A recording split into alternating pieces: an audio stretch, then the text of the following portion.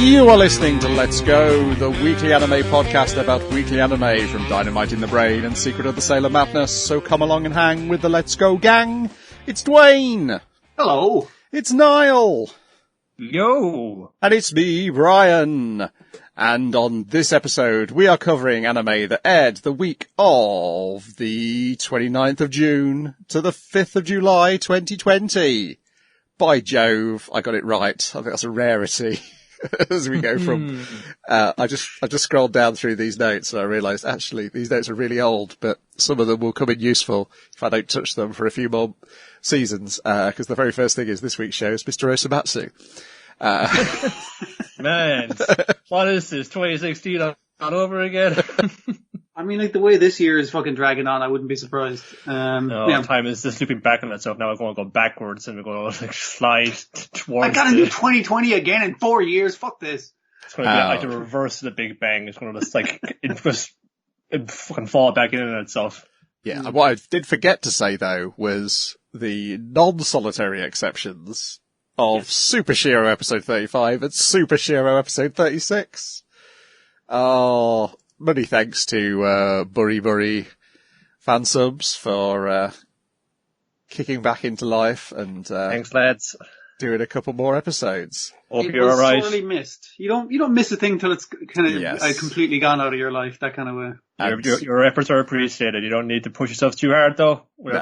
Hope you're okay. Now I've joined their Discord, though, I see lots of photos of many, many Super Shiro toys, and my brain goes, maybe I do need a giant cuddly Shiro. Oh, well, it's just tough times. You need a friend to get you through this.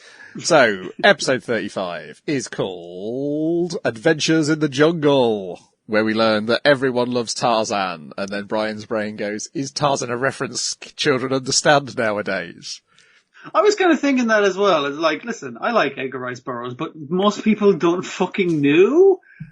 Good excuse to do a lot of Tarzan impressions now. So. Even the Disney film is a good way back now. Yeah, that was like Kingdom Hearts 1. Yeah. Come on, guys, that was years ago. Anyway, the detection of the Bubba Bone is in the jungle in the 35th district. I told you, that's where they have all the Shin-Chan films set in that jungle. They don't go to a foreign country, it's just there. Yes, the jungle called. So they all, Deku and Shiro start sniffing the bananas. And it turns out that one of these bananas, its smell is gorgeous, elegant, wild. It's the Bubba Bone. But before they can get hold of it, a pink chipmunk steals it. It's like a star, chipmunk. It's even got its mouth on the side of its face. It could be like a reference. And he's being a little bastard as well. And it's kind of a sadistic glee. Yeah. That's it. And then we get a Tarzan chase, which goes on so long, they gradually lose their energy. It did the thing. I was like, okay, it's funny, but then it stops being funny, but it goes back to being funny as they get tired of doing Tarzan impressions. Why are we shouting like this? Then they lose the squirrel, and then we get a version of the cartoon multiple door gag, but this time with knot holes in a tree. I won't tell you how long it took me with it paused trying to remember what the names of those holes are in a tree. Dog holes. Put dogs into them. Then the banana drops into a muddy river. And they're eager to get it until they see piranhas. Again, what is this town? And then it becomes a game of you go first. No, you go first. You go first. No, after you, I insist. And then I assume they're doing something specifically off like a game show where you're trying to like slap each other off a log. Yes. Because they do like the spin around thing. And I was like, I feel like I know what that is, but I can't place it. Yeah. Oh, you're right now. I didn't notice it at the time, but now you mentioned it. Now that's going to bug me. I'm sure I've seen it in a game show as well. I know, I'm not going to say gladiators, but something like that, something along those where they have big lines. padded things and pools. It's something like, yeah. I mean, you already had like the Ninja Warrior, you gotta get through the obstacles. I'm pretty sure it's been like a Ninja Warrior, but also there are people there trying to mess you up. But it's not like a Castle. It's. I mean, like if it's not one show, it could be multiple ones for all we know. Dekapoo falls off, and he is shaved by piranhas. Good cartoon gag. He's a considerable amount of fluff, more than I would have thought. There's a lot of dogs are like that. When you shave them down, true. they're very lanky and thin. And then we get like the rear end shaved off. It's like, oh my god, you've skeletonized my dog. What happened? Then Shiro uses a pair of chopsticks made out of branches to pick the banana, but then he also falls in, and then we leave him reporting his success, bald but hiding his modesty behind a giant leaf. And, oh, by the way, it wasn't the bone this time. No. What? Bones don't grow in banana bushels. Then, episode 36, The Daily Life of CanCan. In which we get CanCan's morning routine, her life of luxury, going to the jewellery store. Her owner appears to be Mrs. Slocum from Are You Being Served? But much richer. So yeah, CanCan gets whatever she wants, but then the owner would always jet off to a party somewhere around the world. And then it's like CanCan's doing it to keep its owner's attention. Yeah, and then the existence. The existence loop, yes. Basically, it's the same events loop, so it's a little bit faster this time, and then they only goes to New York after she went to Paris the first time. They'll change the joke as to what expensive things she buys, as to what clothes, new outfit she has. Oh, she's starting up. Yeah. What colour her nails are today, that kind of thing. They'll change all the bits. But who's it all for? Yes. Who am I doing this for, man? Tokyo, loop shorter. Beijing, loop shorter. Moscow, loop shorter. Then the crow shows up. A little bird told me about a thing called a bobo bone. And essentially, she wants to get the bone so that she'll be allowed to go on the plane to these parties that her owner goes to and get hugs from all the people at the party. And then we switch to the earlier episode where the bone was one of the loops of the swing in the park. And we see it from CanCan's point of view, so this time we don't hear Akio Asuka's voice at all. Because that is internal monologue of Shiro. That's his inner hero. And then, yes, she doesn't get the bone, because Shiro somehow resists her charms. And then as she's pondering this, we see a massive explosion in the background. Yeah, you're kind of better off without it there, I think.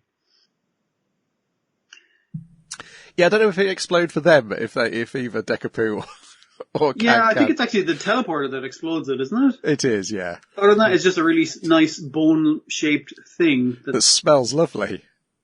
Smells great, but won't make you president of the world. No. Even her dog farts are beautiful. Yeah, because I thought it was going to be it is tragic, but it's a tragedy that CanCan herself does not seem to be aware of.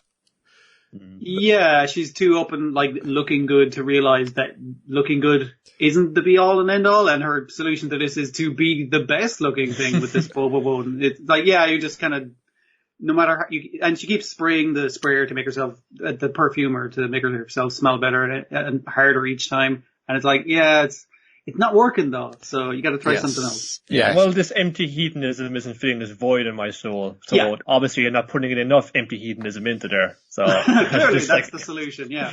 Gotta fight fire with fire. But shouldn't you fight fire with water? Nope. Not the way I heard it. Then, dragging us back into the present day by sending us back in time, it's Extra Olympia Kyklos. Episode 6, Symposium Tonight. The mayor and the owl show up to insult Demetrius. And Demetrius says, no, the people like me. Then we get some vox pops, or the Greek equivalent of vox pops. And this is denied by the public, as they also use this time to insult him. He makes great pots, but those paintings... Then we get a discussion of what sort of rewards you get at the Olympics and similar sports events in ancient Greece. You might get wreaths, you might get celery, you may get masses of olive oil. This causes time travel to occur. the crisis of thoughts that Demetrius has. Well, he has to come up with a new thing for a new Olympics, so Yes. yeah, he has to go to the future to find it. And he arrives at school sports day, upside down in, I can't remember the name of that game where people throw the ball beanbags through the basket. Or the beanbag, yeah. Because you're representing Oni, aren't you? I learned this from watching Euroscience Sura. Ball bag. And he's very impressed by the reversible hat that the children is wearing. A child is wearing. So they can switch teams, yeah, Yes. it's like a hat that's the colour of either team. And he thinks it's like, I forgot. Ares helmet. Ares. Yes, but it also It's turns magical out... and transforming. Yes, it turns out that animating a reversible hat is too hard, so just get a child in and have them reverse a hat. Well, I mean, like, the 2D guys aren't really animated per se in this, so that's fair enough. And then they're pondering what other rewards, and he's thinking, well, it used to be, if you won, the loser would be killed and their skull turned into a goblet. And then he's looking at the professor's head as a... If only there was the barbarian skull nearby.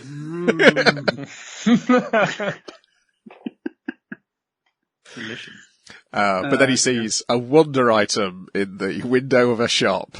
I did like him pressing his face up against the window as a plasticine man. That was some fun plasticine squishing, yeah. Tactile. What is this? Toilet! This beautiful porcelain marvel of science. It's throne worthy for Zeus himself. Yeah, and he climbs into the display, and then a TV which is being displayed in the same window shows a superhero called Dengeki Carmen, who is saving the same boy who changed his hat earlier from a villain, because it's the same actor. And this electrical-powered superhero causes him to travel back in time again, but with the toilet. And then we get a very specific historical joke from the professor, which requires notes, about the Luzon vase that a trader gave to Hideyoshi, our friend from Ninja Girl and Samurai Master. Monkey boy. Yes, when he was in charge of Japan, without him knowing that these vases were used as toilets from where they came from. But meanwhile, that's a really nice vase. It's used for what? Yeah. But meanwhile, in the past, everyone is very impressed with this toilet, and so they drink out of it. Well, yeah, you have your man going like, oh man, I want to win that trophy so I can drink wine out of it. Just picture of him drinking out of a toilet, and you're just like, yeah, this is pretty funny. It's stupid, but I like it. And then the song is about how to party at the Olympics. Yeah. Dear. Here's another good one. I did enjoy it. Now let me copy this Twitter chain of thoughts I had while I was watching Woodpecker Detective's Office. An episode I have watched twice, and still not sure about. But there you go. Okay. So, it turns out, let's get to the crux of the thing, as we talk about episode 12 of Woodpecker Detective's Office, Pale Blue Skies. It was KO all along, the landlady, or the landlady's, well, she's the landlady, I don't know what. No, she's the landlady. She is, but she's not an adult until this episode, apparently. I mean, like, she's been doing all the landlady work, and everyone calls her landlady, and people pay her the rent, so... Yes, and when she's I don't know gone... what else you call her. And when she's gone, they're just happy to continue staying there without having to pay rent. Yeah, it turns out, so none of the Accuser X murders were actually murders. They were suicides. And they'd been people who'd been confessing how they felt at the church, but Keo was on the other side of the confessional booth saying, oh, you want to commit suicide? Yes, you should commit suicide. But if you're going to commit suicide, at least make your death change Name something. your accuser in a letter and then kill yourself so that everyone knows who fucking killed you. Yes. And Ishikawa's investigated this, and this is the bit which isn't very clear. He suspects that she's doing it to somebody else, and to stop him from doing it, he invites him to his mate's birthday party. Like, yeah, it's like, hey, you're going to have a birthday next month, so I'm going to invite this guy who's probably suicidal to your birthday party, so he feels good about life and shit. And then make him pay for the party. He also took his friend's money to pay for his own birthday party and then didn't pay him back. So he got paid like twice. He got the payment from the suicidal guy to have the birthday party, and also he took his friend's money and presumably spent it. I guess. Like, he did a good thing with taking two people's money. But, yeah. And then he confronts Kaio and basically then tells her, you've not done anything wrong. I think the way he was trying to get it, like, the way she saw it, she was replacing the letters with people who she thought was evil. So she was the one changing out the accusatory letters, which was kind of the thing of the crime. And she, from her point of view, she was trying to have it, that these people's lives would have purpose because they'd get the bad people in trouble. Yes. Basically. Whereas he kind of sees it, well, these people would have killed themselves anyway. You just directed themselves to your own fucking ends, but your hands aren't bloodstained. You didn't actually kill anyone. Yeah. So you can still walk away, I guess, is the way he was trying to why not? get it across to her. Yeah, and also I've packed you a lunch, because earlier she'd packed him a lunch, or not made him a lunch, and he's packed the same lunch and there was a line about how making a rice ball for somebody, and yeah, he comes down in the morning when the lads are all drunk after the birthday party, and he's talking to the woman there, and she's like, "This isn't a fucking inn, you know. You guys are all asleep. Some more homoerotic than others." And he's packing the rice ball. Where it's like, yeah, someone taught me that they really learned what living for others was, or the purpose of their life, by making rice balls. And so he's making her pack lunch in that moment, in the morning after the birthday party. Yes. And then she takes the train with this pack lunch and then reads a verse of his, it's not the full poem, about when and this is where I was like, oh, I think I need to know more about him, I need to know more about his work, because the show itself isn't telling you that. So not only is that a line of his verse about when he was 15, so it's not about her being 15, it's about when he was 15. It's like he's taken this verse out of his poem that would relate to her specifically, but that isn't a poem about her. But it's not a poem written for her. Yeah, but that specific line also appears on a memorial plaque for him.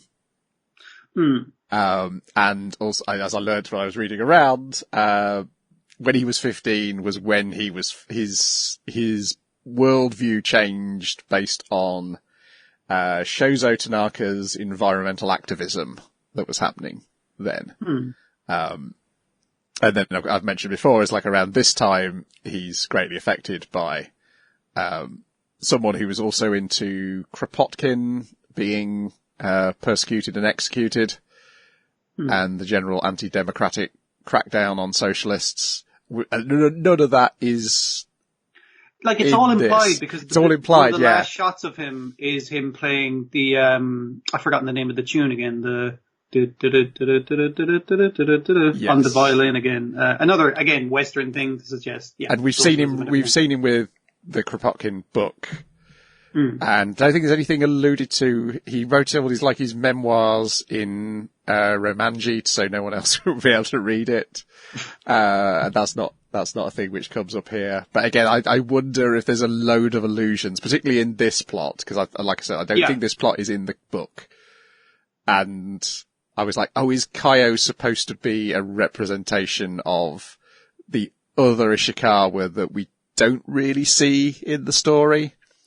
Like the social-minded one, who's not necessarily the fop that he's presenting. She's actively trying to kill industrialists and people who are screwing over other people. So yeah, that seems to be what she might represent for sure. Yeah. But it was, and then we get a brief flash forward, where he's clearly dead, but his mate keeps on checking in the room he used to be in. He's leaving in a copy, like I presume a new copy of some of his poems. Was it Something Toys? Oh, yeah, it definitely is toys. Yeah, I think that particular book was like published incredibly, not incredibly quickly, but happened to be published like pretty soon after he died. Oh, okay. I thought it was a recent one by the look of it, and he wanted to drop it off. I guess, but because it seemed like 10 years later, I think they said. But I think in real life, he's so much older in 10 years. It's ridiculous. Yes, and he's the guy who lived a very long time out of this lot. So while I enjoyed the series overall, and there was no way, I got the feeling like I was missing something, but there was enough glimpses of stuff that made me not want to judge it harshly for not telling me that stuff. Yeah, especially like this episode, a lot of it is, but this episode especially, I think was very much so you need to be kind of in the know about these guys and get the references basically. Yeah. Which is a little tough, but overall, yeah, still quite good. And the mystery's not fair either. The fucking bit where he's like dun dun dun, and he looks down, and the music makes a noise, and I could tell he was looking at her sandals when she ran into the house to get. They don't show you, the viewer. You didn't show me the sandals, you son of a bitch. I rewinded it and paused it, and I was like, well, I can see one sandal is upside down, but other than that, I can discern nothing from a single frame. Yeah, that's what I got from watching it a second time. I was like, oh, you swines. What you doing to me? I think the thing was he knew she was in the church one day because there was a broken glass window because one of the kids was playing ball or something and broke a stained glass window, and she had stained glass in the bottom of her shoe, which means she was in the church that day, which implied that she was there to talk to that guy and that kind of thing. And I was just like, yeah, but you didn't show me the glass in her shoe. You didn't show me that the stained glass was broken. You didn't let me solve it. Yeah. Whereas I think they've been fairer on the other stuff. That might just be because this isn't a mystery taken out of, and this was the only episode which had like a disclaimer in the front as well. So I don't know whether that had anything to do with it too, whether in adapting the book, the disclaimer was already taken into account by saying it's come out the book. And if you've got any complaints, please go to the original author. But yeah, it wasn't like the warning at the end of Babylon where you're like, oh shit, it's going to really hit the fan. We suddenly start getting content warnings on that. But, moving on to something I assume does not need such content warnings. It is Fruits Basket episode 13, Sure Thing. Who's the sure thing here?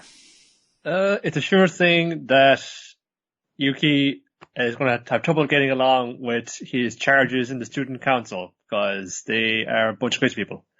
His vice president, let's get to him first. He's kind of having his first meeting and getting to know the people who are under him, some of whom he's met already.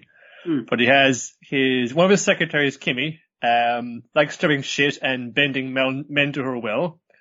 Other secretary, Sakuragi, is this young guy who's completely on edge and tense all the time and seems to view Yuki as his rival, even though he's only like a first year or some shit.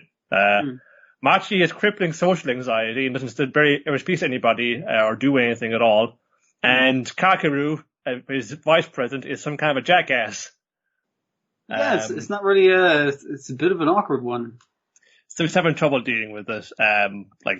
Kimmy just kind of comes along when the senior girls are trying. The Yuki fan club are they're trying making eyes at them and saying, "Oh, we just got you a little something," just as a token of our appreciation. They got him some chocolates on holiday. He apologizes, saying, "I was like, I didn't get you guys nothing," and they're composing poems in their head about him. And she comes in and is like, "Hey, cool, Yuki, share that chocolate with me." Just being really.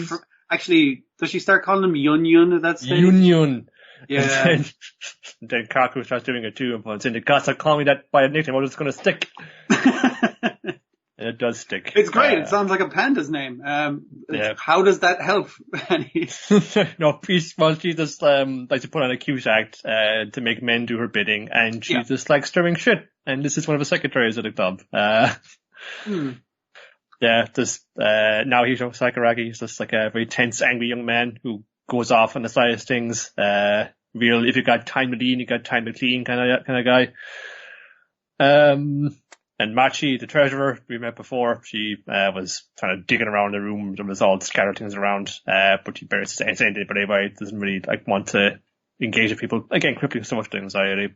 And these are all kind of very like loud and big and very, very personalities, and Yuki's trying to like rein them in and trying to run the club responsibly because he's anxious about wanting to do a good job. He wants to like live up to people's belief in him that he'd be able to take on this task. And he's being very thoughtful and understanding. He's going around to like the clubs one by one, asking them how you doing, if you've got everything you need, anything you need help with. Kaku responds it's very boring. Why are we doing this? It's like, well, yeah, it's like if they need anything, they can come to us, the student council. And Yuki's like, no, we should go to them because we can see what conditions they're working in, and we get to talk to them and see what they're doing. Yeah. I prefer like the more hands-on thing. We're a council by the students for the students. Yeah. We have to do something as well, because otherwise, what's the point of us? At that point, that the vice president meets his mates he used to play soccer with. Yeah.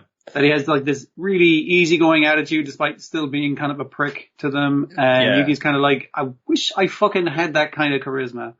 That easygoing stuff. Yeah, Kakeru is an absolute jackass who wants to have the meeting be about what color are you going to be in the Sentai team that I'm going to base his council on. But he has his uses. He does seem to get along with people fairly readily and easily, which Yuki can't really do. Yuki says one of the people he reminds him of obviously is his cousin, who is just like, I wish obviously he wouldn't say it to his cat cousin.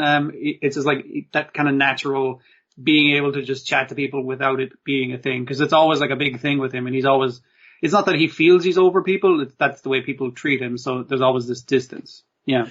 Yeah, but inside he feels completely inadequate. Because he's comparing us to other people like Kakeru or even Kyo, who, they have the qualities that he feels that he lacks. But he's a good lad, and he's trying to get control of the meeting because obviously Machi is getting bothered by it, and he's trying to calm everything down, but to little success. But you're going to get something good out of this. We go to about the gardening club to carry a few potted plants to, other side of school or wherever it's going to go. Yeah, they need to be repotted or reseeded or something, yeah. Yeah, and when he goes around there, Kakeru catches him up and says, what you doing? I'm just doing this thing for the gardening club. We got to help, because we're student council, we got to be there for them. I'm saying, man, that sounds so boring. Hey, your cousin Kyo, that girl, what's her name? Toru Honda or what have you? Are they going out or whatever? Does it seem that way? Yeah. Yeah, I don't know. That guy, man, Kyo, seems an awful lot like one not happier than you are. I don't know what to do with that is, man. And then that's when Yuki just kind of goes off on him. Is this fucking a joke to you? Is this funny? Do you like going around and querying people as to how happy they are, or comparing them to their success or whatever that to yourself? Is that fun for you? Does this make you happy?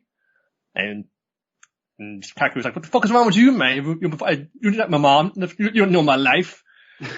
And just keep going back and forth and saying, yeah, sorry, man, I'm just by projecting because I feel very inadequate and inferior on the inside. So I'm probably just blowing up on you because that's the way I feel. I'm sorry about that. He apologizes angrily but also sincerely, which I think is important. Yeah.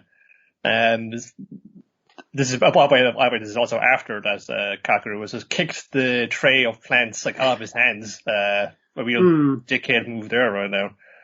But the way Yuki's kind of just angrily apologizing for him, saying, this is the way I want to feel inside. I want to see someone like you. Or he's kind of saying more to himself. If you have everything that I can't feel that I lack, and then I'm constantly, everyone looks up to me to do things, but I'm feel completely low down and inadequate and inferior to everybody else in my life, and I gotta try and deal with that feeling, but it keeps bubbling back up, especially now.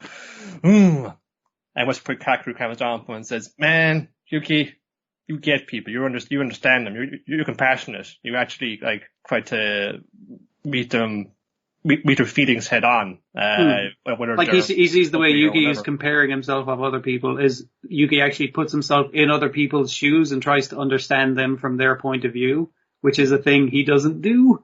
So yeah, this feeling of inadequacy is also linked to being compassionate. It's nice. It's a nice way of showing it. Your flaws are also strengths in a different light.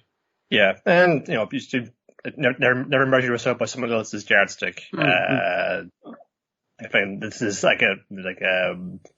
relevant message in any era, but it feels like it's only going on more with how much social media has kind of latched onto every facet of our waking life now. And you're constantly just thinking, you get that dopamine hit when you see the little numbers. And that's not like genuine or lasting or fulfilling like happiness in yourself. You shouldn't be comparing yourself to others and just be happy and do your own thing. But that's something you got over time. And Kaku, he's fucking sorry about that. I'll kill the flowers. It's my fucking fault. I get them over anyway. And Yuki can see like, oh, this is going to be probably fucking difficult to manage with these pack of lunatics, but it'll be maybe a real growing opportunity for me because I can't be comparing myself off of them. They're looking to me to like be the leader and head up this thing. So I need to try and embrace what qualities I have and push them to the fore rather than look to others for what I'm lacking. I should be like emphasizing what I have, which, someone just pointed out, just said to be straight out was there that I'm good at understanding people. So maybe this thing I feel or I'm looking into someone else's, like, in their life and how they're feeling, it can be a good thing rather than a source of constant like stress and grief for me. It's good. Let's see him probably because we saw so much going on. I think more with Kyo's side and that kind of blossoming romance that's happening with Toru. To see him have some development going on independent of that, because we can kind of see, it's going to be a Kyo and Toru romance that's going to come out of that. That seems to be fairly like clear cut at this stage. Just not really accomplishing. He's trying to as well. He's getting like angry about it. Get to see, and Kyo is like hanging out with Toru a lot and. He seems happier with himself lately as well. I've been kind of thinking, I can't be trying to pursue that because that's maybe his happiness and her happiness. It's their happiness. I shouldn't be trying to pursue that maybe. I should try to find something for myself maybe. And yeah, I did see people in the comments like complaining like Toru hasn't been in like the last 2 episodes, and I'm like, it's nice to see what the other characters are doing and that they have their own life. I mean, like, she's great and she's a great character, but it's nice to see they have things to do outside of her and her existence, but you can see the way her influence has changed them as people, and that's kind of what the last 2 episodes have been about, so I've been enjoying them. Yeah, it's nice as well to have one episode that's just, for the most part, it's broad comedy. They're just kind of loud kind of personalities at the moment, but we'll get to know them as things go on, but after a lot of the very heavy content, especially at the summer holiday house, it's just a nice little thing to break it up. And again, just to see Yuki have his own little storyline to follow there and find whatever he's missing, whatever he's looking for at the end of it. And this is going through to the next season, isn't it? I believe so. Yeah, I think there's an episode 14 up. Well, it's going to be like, it's going to go for 52 from the off. This is going straight to the end, which is why I was thinking like, no, it'll probably be enough because I could remember from reading it. It seemed like there's a lot more like dense like final year of school stuff, particularly with Kakuru and Machi and these other characters in the student council. But I think they covered a good bit of ground in just this episode, at least as far as introducing them and kind of giving you a glimpse of the dynamic there. Like we know that, well, Kimi and now Hiro, they're just sort of foils for the rest of them, but there's something deeper going on between Kakuru and Machi, because Kakuru says as well when Yuki goes off at him that you phrase it, you said the exact same thing that she said all that time ago. What does that mean? So, little glimpses. No Karakuri circus this, then, you think, in terms of not going to have to skip a load of... Just like jumping around. Yeah, it seems like anything it's going to just trim the fat in them for the most part. I mean, it's been pretty good at doing that, so... They have reordered things around before and maybe updated certain things of them. I think particularly of, I've forgotten the name of which cousin it was, but it was the summer cousin who was the monkey and enjoyed dressing up in drag. That was handled a little bit more. It's still handled like fairly all right in the comic, even though it was kind of played a bit more for humor and that, which may or may not find to your taste. But I felt it was handled a little bit more compassion and kindness in this adaptation when it did it in the anime here. So and just like moving things around for ease of story flow as well. That's good. You wouldn't notice otherwise. Then we've got hot off the presses from Netflix, or lukewarm off the presses, given that it was on Netflix in Japan Reheated. 13 weeks ago. Just tearing off the plastic seal on the top is still good. BNA, episode 1, Runaway Raccoon, in which we meet Michiru Kagemori, a raccoon woman, or is she a Tanuki woman? She's a Tanuki woman. Who's on the run. She's trying to get to Anima City. The city. I'm glad for one of these new cartoons to not have any political message and just be about cool action fun times, you know? Another one of these autonomous cities. But this one is one where if you're a beast man, it's okay for you to live. Cause if you live outside there, you may be attacked by prejudiced humans. This city has been kindly set up by the Sylvester Pharmaceuticals and their leader, Alan Sylvester, who definitely won't turn out to be a villain, I'm sure. Oh yeah, I mean, the head of most pharmaceutical conglomerates are completely on the level, nice people all around. They've never done anything wrong or illegal or insidious in recorded human history. And he doesn't look incredibly like the villain in Promare. What kind of fucking pharmaceutical king would ring up the mayor of a town, say, congrats on the anniversary. Remember, I can shut you down at any fucking time, so don't fuck up. Bye! Like a totally sound out dude would be the guy who'd make that kind of call. I thought that was the Prime Minister making that call. I thought that was him. No, you might be right. That was the Prime Minister. My bad. It was still a very dick move. Like, keep the fucking animal people locked up in that ghetto we made for him, right? Yeah, so she's trying to get there, and she makes it out of the subway and hops on top of the bus. But then she's hunted down by mobile hunters. They've got motorcycles and a jeep, and they've got crossbows, and they basically explain that, oh, this is the only way you can get to Anima City, so we just patrol this area looking for beastmen to kill. Yeah, this is one of the routes to it, so easy fucking just to sit and wait, I guess. Yes, so they are about to kill her when she is saved by Susie from Little Witch Academia. I was delighted when I heard her. I was just like, brilliant. Yeah, I know she's going to be a bit of a dick, but she's an alright, you know. Mariatami, a mink beast man. Not a weasel. No. And her associates. And, yes, they help, Michiru escape in return for all her money. Well, I mean, like she's saying on the boat over, it's like, I'm not going to fucking charge you anything. This is a charity thing. And she's like, yeah, how much? And he's like, very, very cynical. It's like, this world has taught me to be cynical. Every penny you got then. Which does sound more like Susie. Yeah. Then she gets to the city. There's a festival going on. Everything's great. She meets a wolf man who's crying at the beauty of this city. Well, it's very threatening at first because you all just loom out of darkness. The eyes are just peering out from the shadows. It's like, oh god, I'm going to get jumped down and die. No, surprise! Welcome, citizen. It's coincidentally their 10th anniversary as a city, I think. Then a monkey pickpockets her, and the monkey appears to be... Picks her tail pocket? Yes. I'm not exactly sure how it works, yeah. Appears to be in league with Mari. And as she's pursuing the monkey, she spots some sort of canine beast man. It could be a fox, or it could be a coyote. I'm going to say it's a husky, because he's smaller than the wolf.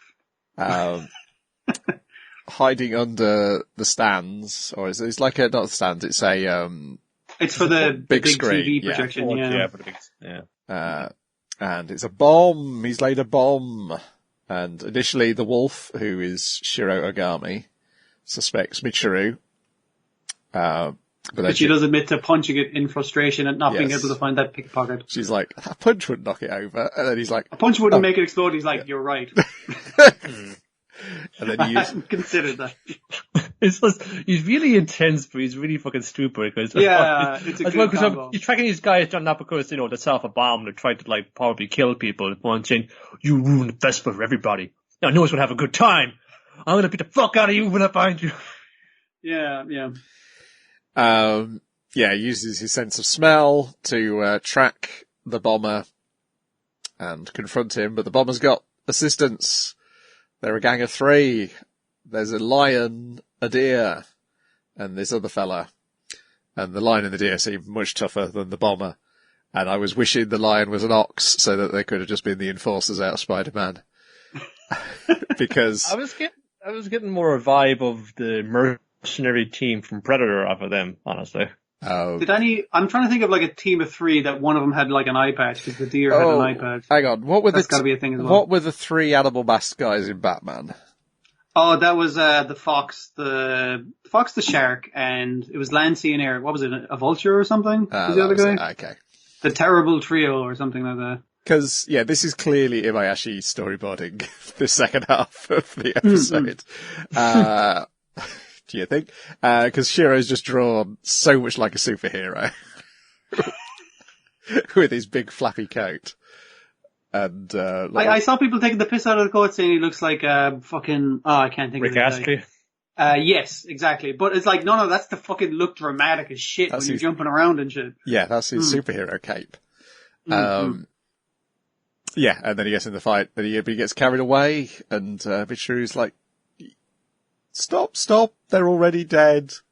You shouldn't be I know they did horrible things, but they're also beastmen, so you should not kill them. And he's like, yeah, but they work with humans, and all humans suck. And she's like, well, all humans suck. I'm one of those. I used to be anyway. Until this morning, and then he's like, you don't look like a human, and that's kind of where the episode ends. What a great cut. It's no, you're not. Also, her tail flops up to 10 times its size or something. Yes, amazing static electricity. This was very good. Yeah. It was, I went into it thinking, maybe I'm over Trigger's stuff. Maybe Pro Bear was the ultimate, and I get you. Filled you me thought up. they couldn't top. Yeah. Yeah, and then I was like, oh no. This is the Trigger's stuff is exactly my thing. And, here we are again. Let's hope they remember to pay the in-between animators this time. Please, yeah.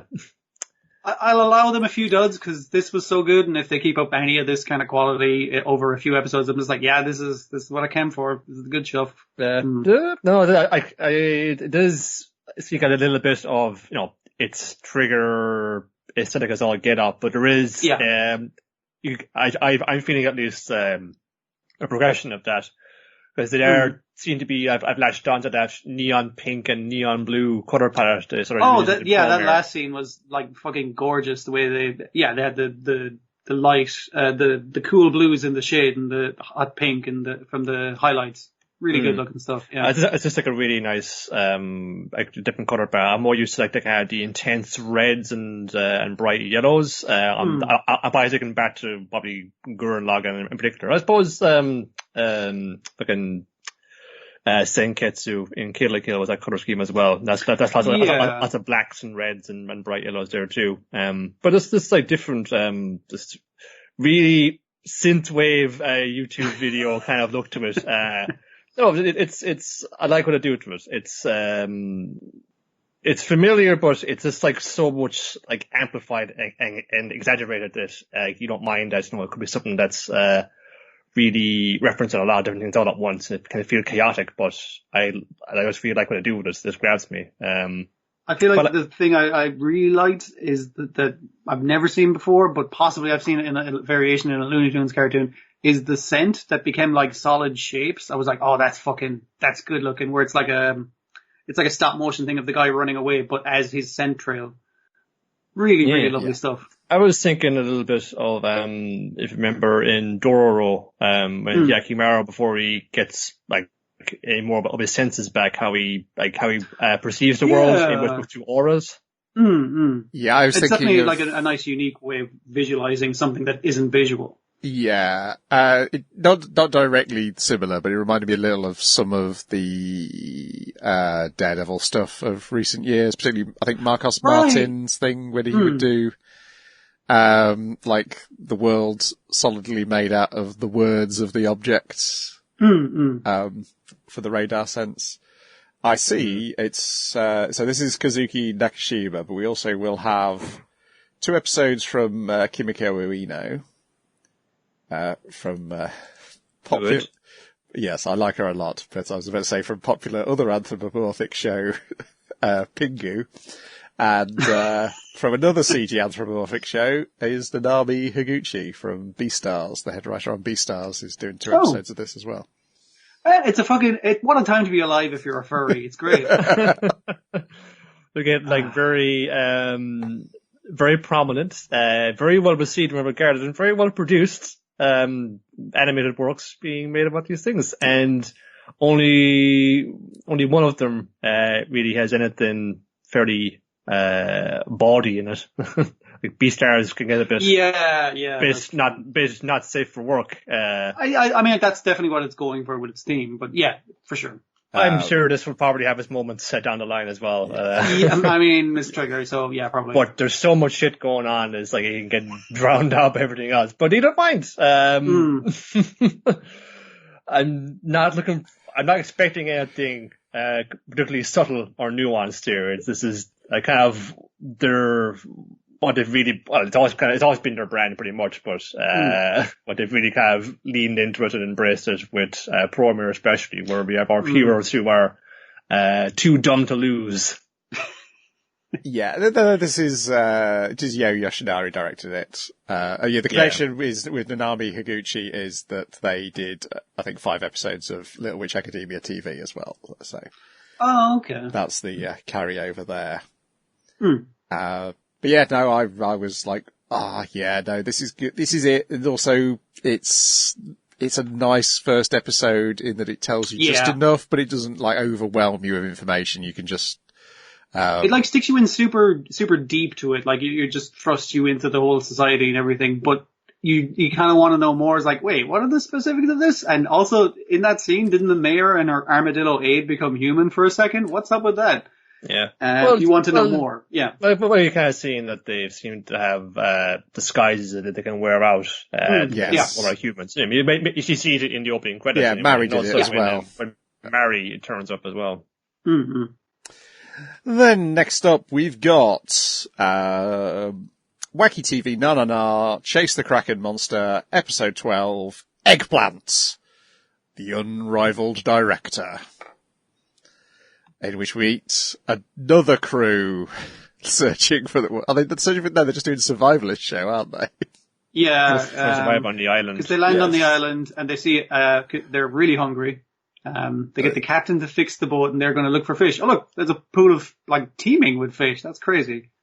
And, your man says, I've got cool survival skills from being a director. I'm actually really bad at this. Turns out the lads catch them every time. It's weird. I'm getting very close to fitting on the last step. A lot like my career in TV.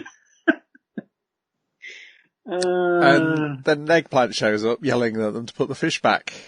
And they're like, no, we caught this. And he's like, no, those are my fish. I've been breeding them. Look. And then it pans out and there's a barrier. There's a bunch of floats. It's a fish farm, basically. Yes. It's easy to catch fish when they're in a fucking barrel, I guess, yeah. And then they recognise him as the director from, what was the name of the TV Asahi knockoff? Is it Yuha? TV? Yes, I think it's Yuhi. Yeah. I think someone in the comments said it's a north-south, whichever one's one way, it's the other way. And this is based on a real person who is well known for everything they claim this guy's well known for being a director of survivalist shows who would often put himself into the action. And he's also known for painting himself purple. In case you're like me and confused when you look at his avatar and think, are you in blackface, mate? And then you scroll down through the images and you go, oh no, it's purple, because he sticks every time there's a picture of him painted purple, he sticks a eggplant emoji in there. Possibly Yeah, to clarify, I don't know. Yeah, but couldn't you have like gotten a brighter shade of makeup or paint or whatever you're using? Yeah. Just so like people I think wonder you're if there's a going story behind it, of whether it was like a specific plant dye that he... It could have been like a specific survivalist thing where he ended up in a melon patch or something like that, and came out that specific shade. But it's like, yeah, you probably should have edited it. If you smear this like tar resin from this tree all over your skin, it'll protect you from sunburns, but also it'll or mosquitoes or some bollocks. dye your skin this colour for the next week. The rest of the episode is pretty much jokes about how crappy TV Tokyo is compared to TV Asahi. They've got so many affiliates. Holy shit! Can you give us a couple? Yeah, so they got some rivals to deal with now. It's like I don't know, they're Bear Grylls and I don't know what Wacky TV and Nanana are, like Koala Cabinet. But this is the Kraken Island, so this should be good to find the Kraken eventually, maybe. Maybe. We're halfway through the series. Good chance that the Kraken will show up, and those two giant monsters, and Tetsumi Fujinami. And wrestling, yeah! They're going to find that they all like follow it to the lost city of Atlantis or whatever paths for Atlantis. Or just like kind of like a legendary or supposed to be like sunken city. I suppose it'd be the fucking what's it called? The Dragon God's Palace, whatever it's called, underwater. Are they in the Bermuda Triangle? Isn't that the way they're supposed to be in this story? I think that was the start of the episode. Is that what it's supposed to be, Bermuda Triangle? I don't know. I don't know what the fuck they are in the world now. I'm sure they know where they are. Yeah. I mean, they could be nowhere near where they started off. That is a good point. That's true. They did get swallowed by a whale partway through. Yes. Yeah, we'll see where the story goes. Then we've got... I only watched one live action thing this time, partly because I didn't want this podcast to go too late, because we're recording later. Kiramager, episode 13, War in Subterranea. So the gist of this is, it's more information about Prince Takamichi. So his dad was a mate of the king's, and the king used to come to Earth, and the pair of them would go treasure hunting. Then one day, Takamichi decided to help out, when they found some treasure, and he got possessed by a monstone. And to save him, the king took him to Crystalia and used the Kura stones to restore him, and there he became a prince. And it turns out, as we learned by the end of this episode, that Murio, the guy played by the guy who plays Picotaro, is Takamichi's little brother. So apparently he's barely aged the 30 years he was in the Crystal Kingdom, and meanwhile his little brother is now 45 years old. But he has built a giant drill machine for him. And the rest of the gist of the episode is him saying that I want to go treasure hunting, I don't want to help you guys out, and his sister going, this is why he's no use, we shouldn't trust him. But every time he runs off, he keeps on running back to help them out. And then eventually the red Kiramager confronts him and goes, I don't think you really do like treasure hunting. I think what you really like is helping people by the fact that you keep on ignoring the treasure hunting to come and help us. Then he runs across his uncle. His uncle makes a brief attempt to try and make him go, oh, come over to the dark side. It's nice here. And also there is this, war in Subterranea because there's like a Venus flytrap keeps on attacking people. And they're like, is this a Venus flytrap mask? And they're like, eventually they go, no, because all we see is the Venus flytraps. We don't see it attached to anybody. And then they go underground and they see the monster's actually underground with all these Venus flytraps coming out of its head. But yeah, that's the story. So, he is apparently, the big brother of the guy who's now his big brother, because he's 30 or so years old. I guess he has aged a bit, because I don't think this guy is 17 who's playing him. But, yeah, the age balance but not necessarily the power balance. I think this is definitely going to give, the guy playing Miryu more to do, because he's going to get to act like a little brother against someone who is much younger than him. Which should be fun. And eventually I will catch up with Kamen Rider 01. I will say part of the problem is I feel like they stay in the costumes a lot more in Kiramager. So it's not quite so, awkward seeing people close to each other not wearing masks. Okay. There's something in the back of your mind where thinking, do you really need to be doing this? Is it really There's safe for literally you a to be show doing that this? involves masks and stuff. It's very easy to solve this problem. One of you and Kiramager has already had it. And that does not mean you're immune to it. So yeah, do you really need to be doing that? And yeah, for some reason it feels worse in 01 than in Kiramager. I don't know why. Maybe it's because, as I say, most time is spent with people in full bodysuits and a mask fighting other things in full bodysuits and masks. And in one case, someone wearing a mask over a mask with the uncle. So there you go. Wouldn't that be amazing if, because of like COVID, like Sentai just became like the go-to show for everything? Drama, Sentai, tragedy, Sentai. Everything has to be done to the medium of masks now. Imagine like Home and Away, Coronation Street, all wearing like helmets. Awesome. I follow the son of El Santo on Twitter, and he's wearing the luchador mask, but he was wearing like a mask over his mouth that had a picture of the luchador mask that he's wearing on it, and I was just like, oh, that's fucking brilliant. Oh man. It's so good. I don't know where he got that, but it was amazing. Oh, he's probably been watching Airmaster, which says Lucha Master, who's got a regular luchador mask, and then underneath that, an angry luchador mask.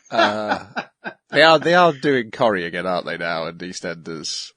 They are. I think they're filming them again, because I saw somebody put a clip and a screenshot of the same episode where, like, between scenes, somebody's hair colour had changed and they'd grown a beard. I think they were filming it was like a limited cast interaction. It was just filmed like in this one room in the set, and then they'll do a similar thing, only like a handful of them in there, and just kind of like stitch the scenes together. Well, I guess if the pubs reopen, you have to fucking do the show where everyone goes to the pub, right? See, that's going to be a good writing time, because no one can just kind of burst into the pub dramatically and say, what do you do with my boyfriend, my husband? And yeah. Sorry, did you book in? Oh yeah, sorry, I got a party at 4 coming in for 7:00. Okay, come on in. What would you like to drink? The hand sanitizer's on the right there, if you'd just like to do that before you come in. Oh, obviously, yes. There's definitely an argument for bringing the soaps back to act as public service announcements of like, this is how you should behave, and this is how you should not behave. Cause that tends to be, they use soaps for that on TV, and they definitely use it for the Archers. Yeah, and I just wonder if it probably would be useful to use them in this way, as long as you're not putting the actors' lives at risk.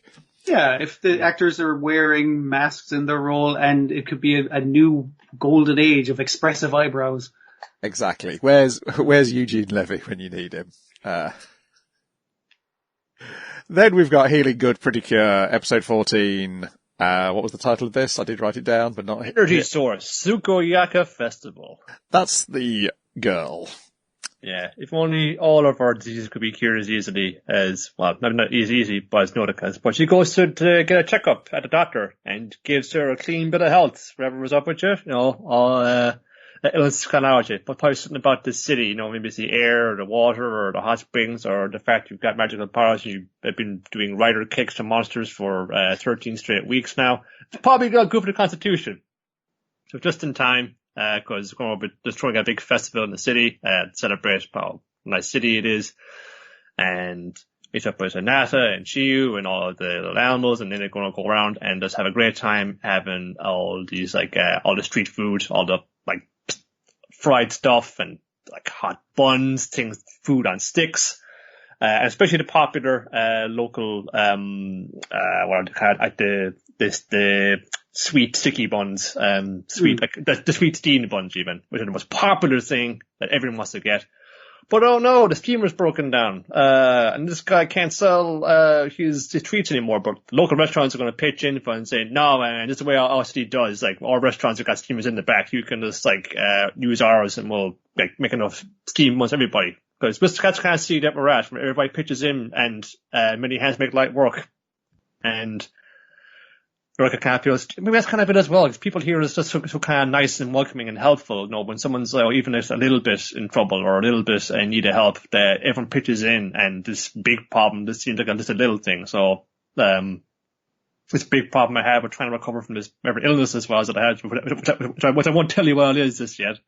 I feel like I got over it in no time because I've been had Olympia, I met Olympia, we've been having adventures and fighting monsters, getting a lot of exercise. It's pretty good. Nothing can spoil this mood, not even when Batate Moda, the mutant Koipu, he's been sent here by his senpai to stir some trouble. I'm thinking, I'm not going to be his henchman, but I'm going to do a stunt right here. I'll get me some brownie points with the boss, and then senpai will be my henchman, and I'll be the senpai. Yeah, that's what I'll do. It gets a little electric personal fan. I suppose you can buy him for a few quid at one of the stalls, a little cheap thing. Turns into a monster that can blow wind around. But Nodoka is proud of her town now. All the people here are great, and I'm not going to let you spoil the festival for him. He's having a good time, man. Why do you want to destroy us? So we're going to beat the crap out of you. Never actually described how they do the team up attack. They get a new, little jewel deity to put onto the wand or the rod or like that.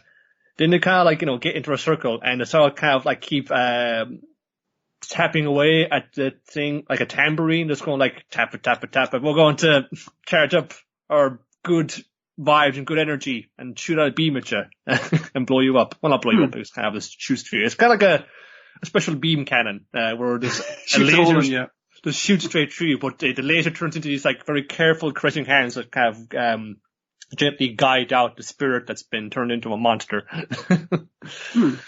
Yeah.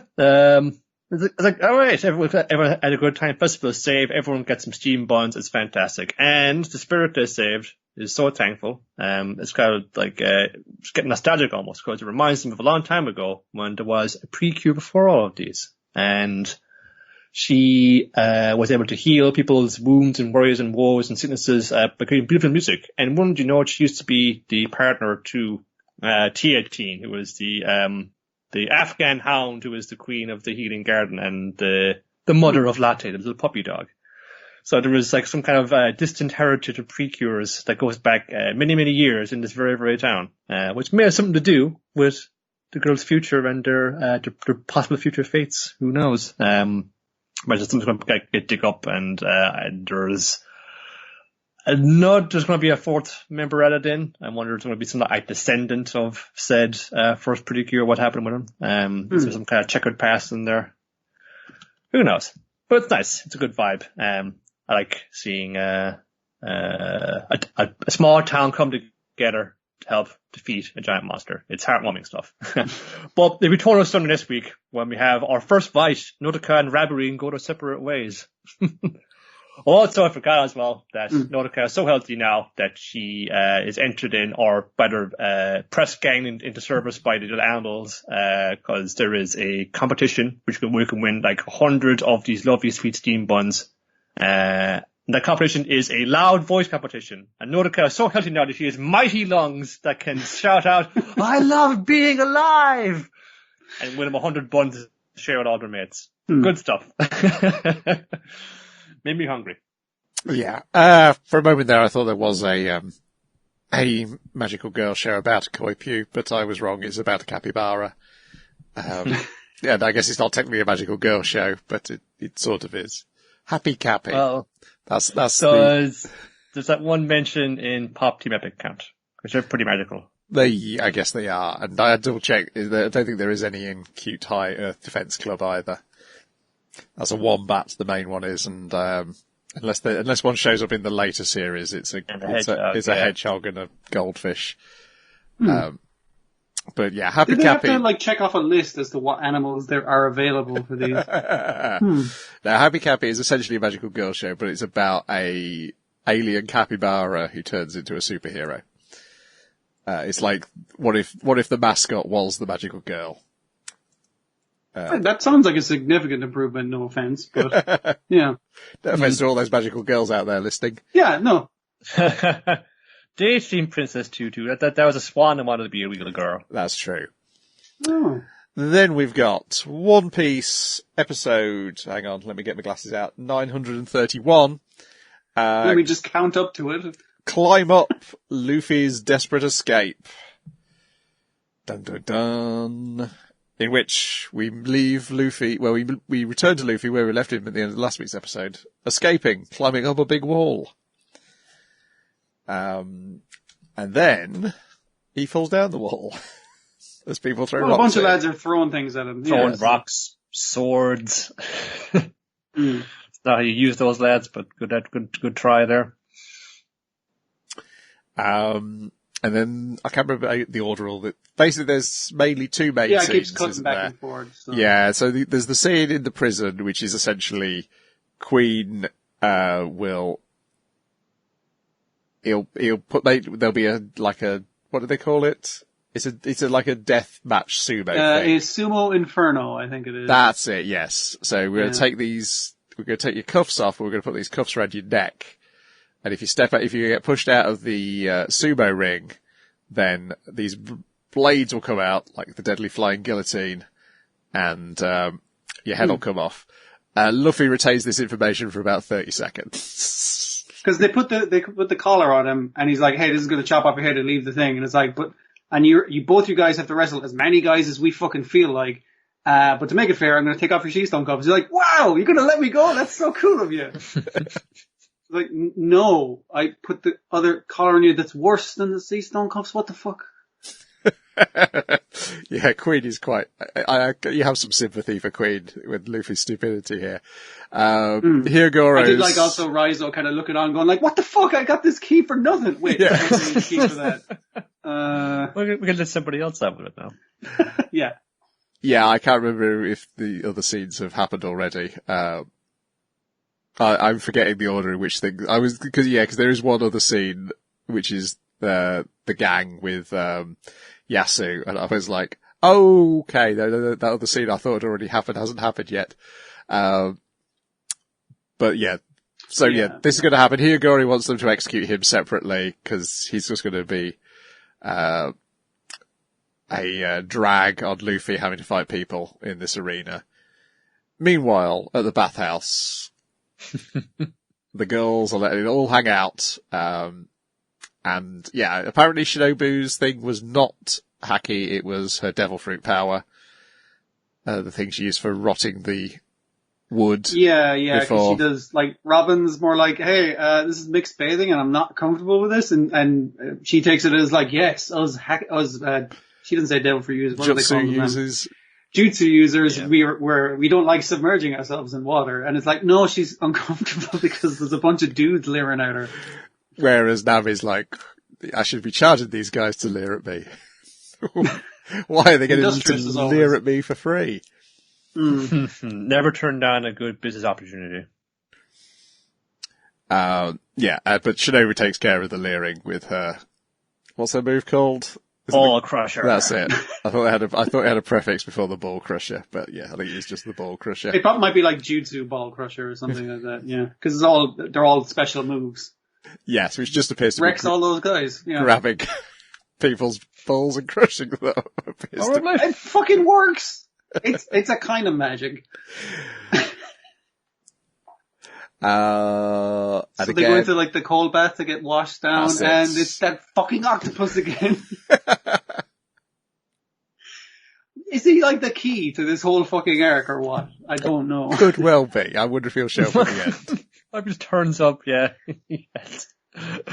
Everyone's just like, oh, it's that fucking octopus. Never mind him. It's perfectly fine.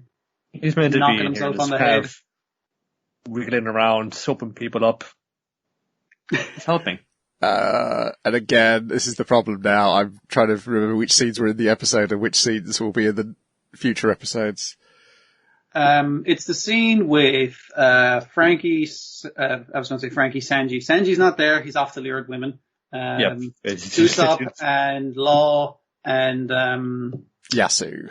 Yasu is letting them stay in a house because they're all just fucking dying anyway. We got loads of empty houses. And all the guys are like, what the fuck is wrong with this guy? Context, yeah. And Zoro's wandered off. Yeah, someone robbed his sword, and they're like, yeah, he's lost now. We'll never see him again for another 10 years. I think that was everything. They don't start the... There was other stuff earlier on with the elephant-chested guy. Yeah, your man tried to shoot him off the wall. Shooting cannonballs out of his trunk. Oh, yeah. There's also, while Luffy's falling off a wall, our ninja boy, Raizo, meets up with an old friend of his that's in double prison. Kawamatsu. Prison in the prison. Yeah. Yeah. He's been surviving. Yeah, they've been feeding him poison Rotten fish. Yeah.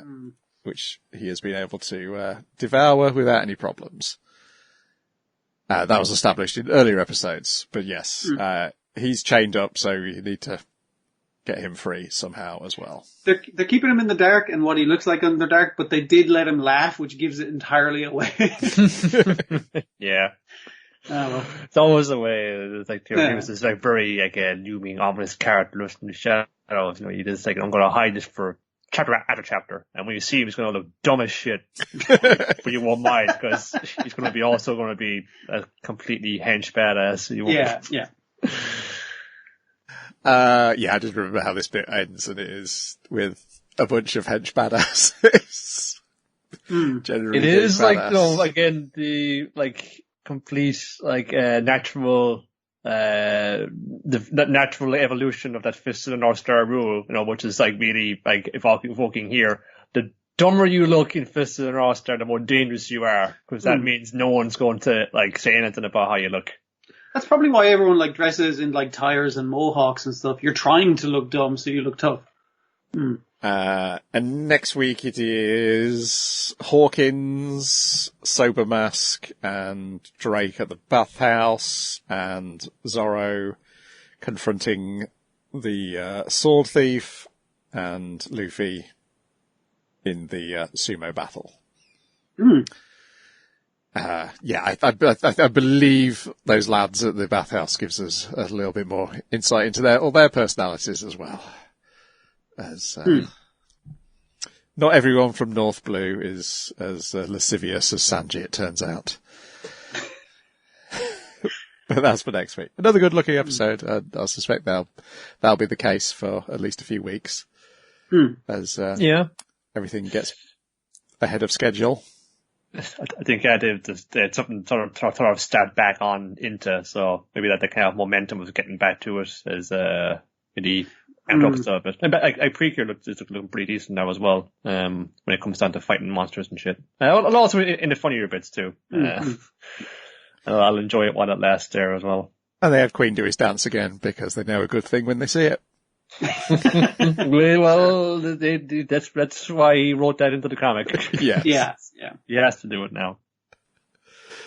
And we know that he'll have an even bigger set piece later on in the story. God, there is so much to look forward to. I mean, like, I know I'm keeping as you are with the comic, but there is I can't wait to see that. Ooh, I'd love to see that expanded on, that kind of thing. Oh, yeah. I have like a new panel I can't wait to see animated come out on the latest chapter, and I think you know precisely what one I mean. But I won't say that now for people who are watching this week to week. Sure. Righty-ho, that is everything. Next week, more things. Maybe things will have to stop being watched. We'll see. We'll see. I mean, currently, what have I got? Woodpecker Detective's Office now is ended, of course. Yeah. So that leaves a slot open, and there's those other slots of things which haven't come back yet. I think the worrying time is when those things come back.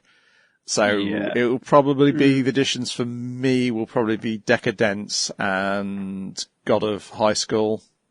Yeah, I mean, like that's one we're probably going to stick with for a bit just to get a feel for it.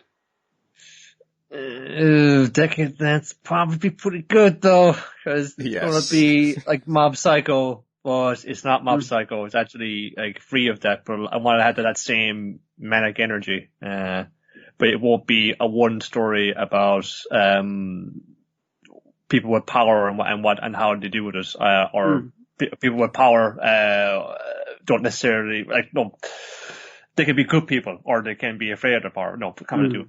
But it's like something like, we're going to get the director of that, and it's the screenwriter as well, yeah. Yeah. Okay, see what they can do when they have that kind of material and talent to work with. Got out of high school also was, can kind of fight it beside, BNA as being, this is super dumb, but it's super fun to watch, so I don't really mind. Yeah, I think that's probably it. I don't think I'm in a rush to catch up on Fire Force in a week. I think there's going to be plenty fucking happening, yeah. Yeah, and that GB8's not for another week. And I'm not sure how good that's actually going to look based on the trailers that I see. Yeah. I mean, like, we could take a one episode dip at least. Yeah, see how it goes. One thing I slept on there, and I think it ended its second bit of it there just recently, and man, I'm sorry I left it alone for so long, and been wrecked just by people that we know as well. That it's good. Everyone said, yeah, watch it. But fucking the Kaguya-sama Lovers War, that is up my fucking alley, and I think you would really enjoy it as well, Dwayne. Okay. If you enjoyed like Mr. Tonegawa, how we're making these like incredibly high stakes things out of the most banal shit, then this is it. It's just stupid shit like, like trying to ask on the sly for your line address, or to get you to trick you into asking me to ask you first kind of a way, because we can't give in. The person who reveals their feelings first is the loser. They're going to be like the inferior in this relationship. So I can't budge an inch, otherwise I'm going to set myself up as the fall guy in our burgeoning romance. But the lengths they go to, the fucking plans upon plans, because Kaguya is like the scion of this banking conglomerate. It's got like infinite money, and she just like, this very innocent little meet cute. But actually, for weeks I've laid plans upon plans. She's got a board with lines of in here. Yeah. I got you. It's just completely crazy, and just like it's just the music and the narration. It's the same voice actor as the granddad in Rumokun as well. If you want to hear him talk and act some more. Okay. I kind of feel like, I'm sorry I missed out on that, because that would have been a great week-to-week watch for this, because it is broken down into small little sketches as well. So there's a late one for you if you haven't gone near that one yet. There is one other thing next week, in fact, tomorrow. Oh? Japan Sinks 2020. Oh, yeah. Oh, fuck. We're going to be sinking in anime. Buried under it. Oh, well. There's worse ways to go. Righty-ho. Anything coming up on Secret of the Silent Madness that you want to let people know about? Recording Critic with Libby at the end of the week. And I've been putting some ideas together because I think I was maybe in a sense overthinking. I just want to do a format that we quite enjoyed doing and putting together, which was Drawn or Alive. We're comparing a cartoon against its live action counterpart or adaptation or vice versa thereof. One came for the other, or whatever happens there. But we didn't go for that with you, Brian, talking about Top Cat and this little Silver show. And just things I've been kind of putting together, think these should actually be really kind of fun to do. Because one I had thought of, and again it's probably up your alley, would be the Tick versus the Tick versus the Tick. Yeah, that would be very much up my alley. In fact, that may be the alleyway I live under. In a bin, like Oscar the Grouch. Yes. So that's among many other possible one for that now, because just think they don't just need to be necessarily tied into, we'll say, the quote unquote main recording we would do of a month. If it sounds like something fun to compare and contrast things, and let's fucking run with it. Yeah. So maybe I could try and schedule a few of those in other weeks and get those out to you. Mm-hmm. So ideas. Our recording of Dynamite in the Brain will be Anthony's last for a while this weekend. So I will probably stick it on the Twitch because he wants to take a break because he's being overwhelmed by stuff. He may talk about it on the podcast. He may not. But that might actually come out as a podcast for another month and a bit, because I've got so many in the backlog. So that'll be the 5th episode to come out. So he may have changed his mind by then. But otherwise, I've still got plans for other podcasts already fermenting as we speak. So, don't expect Dynamite in the Brain to necessarily go away, but I may change its name, because maybe Dynamite in the Brain is me and Anthony, and maybe I have to give it a different name when it's, Anthony's not there. I may consider that. But also, it will also free time up to do something Lewis suggested I do many moons ago, but this was many moons ago when I had to drive to work an hour each way. No longer have to do that, which will probably be to make some sort of online version of some of my panels, as there are no cons coming up, except one, which I really hope is not coming up, but I have worries that it is coming up, but we'll see.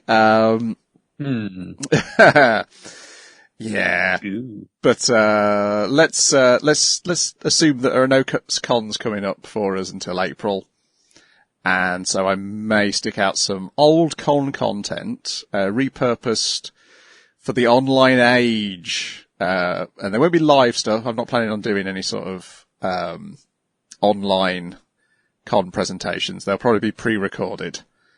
So not streaming, just just there to be watched. Okay. Yeah, and if they don't seem to cause copyright strikes, they'll go on YouTube. And if they might cause copyright strikes, I may have to figure out some other way to get them to you. It depends on what they use. I was hearing some feedback about that any lockdown con that was kind of a proof of concept, if you want to call it, for this kind of thing. It was on back in April. And it had multiple streams out running on different things, so you could take a view it on. And I think the YouTube one got struck down by the first panel that had a copyright clip in it. But the Twitch one kept on going, but it just didn't stay in the watch later archive bit.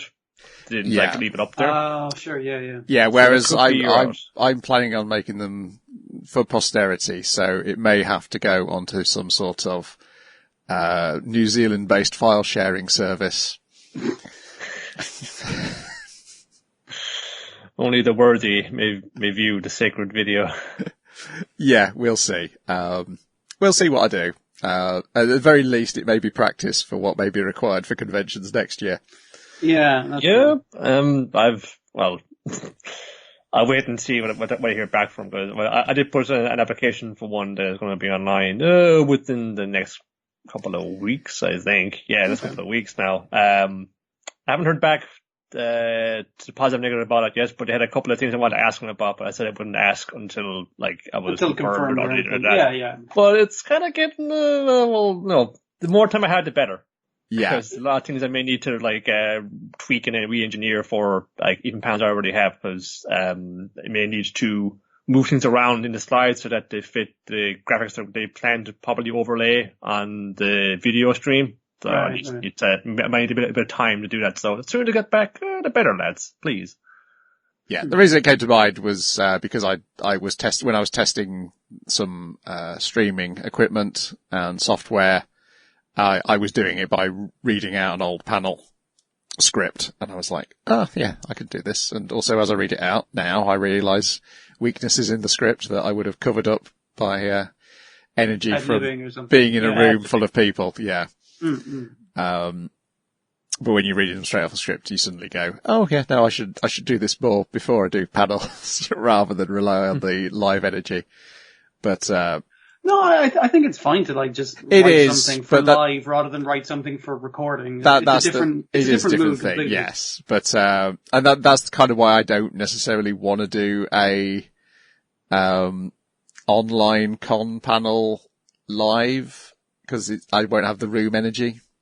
Yeah. And that's what I feed off. If you're fine with pre-recording it, even down to your own, voiceover or whatever for it, that is a way to go. If there was an option that was in mind for the one I applied for. And they said that they'd have somebody come out and introduce it at the beginning, but then they just like roll VT and then they come in and be like, come in at the end to, close it off or have a Q&A if you want to do that. I don't know what the person there can't really answer the questions, I would say, but if that's something you want to do, sure. But yeah, this is more for posterity in some of these cases. But partly because it's like, the video I've got on YouTube, which has got the most views, it isn't on my channel. It's on somebody else's for when they recorded my panel. Dear. I mean, swings and roundabouts, they've stopped recording panels, possibly also because of one of my panels. Because definitely what did you do to them? King of the copyright strike. What I did was put a clip of Tiger Mask Double in the panel, I think. I think that was the issue. Okay. Toei, don't put Toei stuff onto YouTube. You'll be in trouble, even if it's like recorded in a room with the room sound. I think they'll still pick it up on it. But such is life. Otherwise, this podcast will still be here next week. But let's find out from Niall when that day of the week it is that we will be on. And then me and Dwayne will actually try and remember which day it is this week. Well, I decree that it shall fall upon Wednesday the 15th of July upon the hour of 7:30 p.m. Because then I will be awake at the night shift and will have eaten something and will be in fine form for talking about cartoons for another hour and a half to 2 hours. Splendid. Though, very well, we shall see you all then. Thanks for listening, and if you're listening in the future, thanks for listening in the future. And if you're listening to the podcast, thanks for listening to the podcast. Just generally, thanks for listening. Eventually, I may convince these guys to get their faces on the YouTube channel, as soon as I figure out how to do the technology. This fucking mug? Come on. You gotta start shaving again?